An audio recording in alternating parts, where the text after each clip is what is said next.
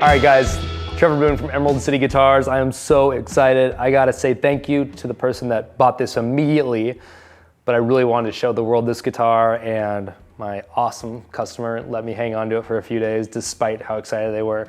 So I could show you guys this and do a little video. What I'm holding is a 1951 Telecaster. I'm putting my money on this being the first Telecaster, and I'll tell you why. Obviously, they went through that whole transition, broadcaster, no caster, and then the Telecaster hit, late 51. This guitar is in amazing condition because it was George Fullerton's personal Telecaster.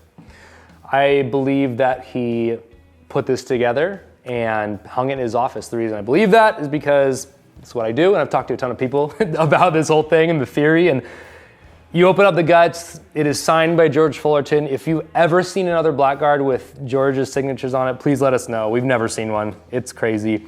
It's 1951 when that Telecaster first debuted. A lot of people think 52, but if you're hip to these, 51 is when they first started popping out of the factory. It's in incredible shape. It's been documented in multiple books as far as being George Fullerton's personal Telecaster.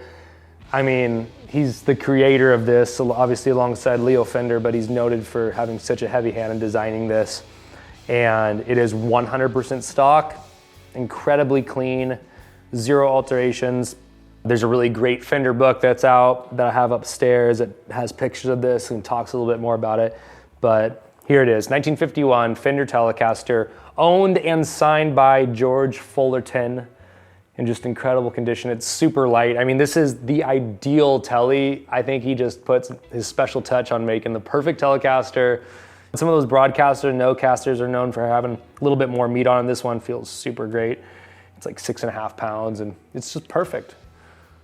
Again, 100% original. He hung it in his office, stashed it, probably said, all right, I think I created a legacy. I better hold on to one for myself. Put a little Sharpie or some old ink on it, whatever it is back then, and wrote his name, and you can see him sign off on all the parts. Like I said, it's amazing. So before this shipped out, because things like this last 30 seconds in here, I called my buddy Chris Jansen. If you guys remember, we did a video talking about his grandpa, who was Leo Fender's first salesman, who eventually inherited Leo's bench amp. So there's a whole video on this. Go check it out. It's for any Fender geek. It is a must watch. But we're gonna save a lot of details that are already in that video, and the whole purpose of this is reuniting Leo Fender's original Woody amp, 1946, 45-ish, that he had on his bench.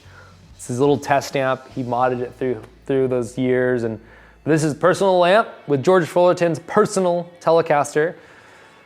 The last time that these two were together were literally those golden era days in the Fender factory. So Chris drove 3 hours or whatever out here with this amp so we could show you guys this cool package. I'm really excited about this. This is kind of the stuff that gives me chills.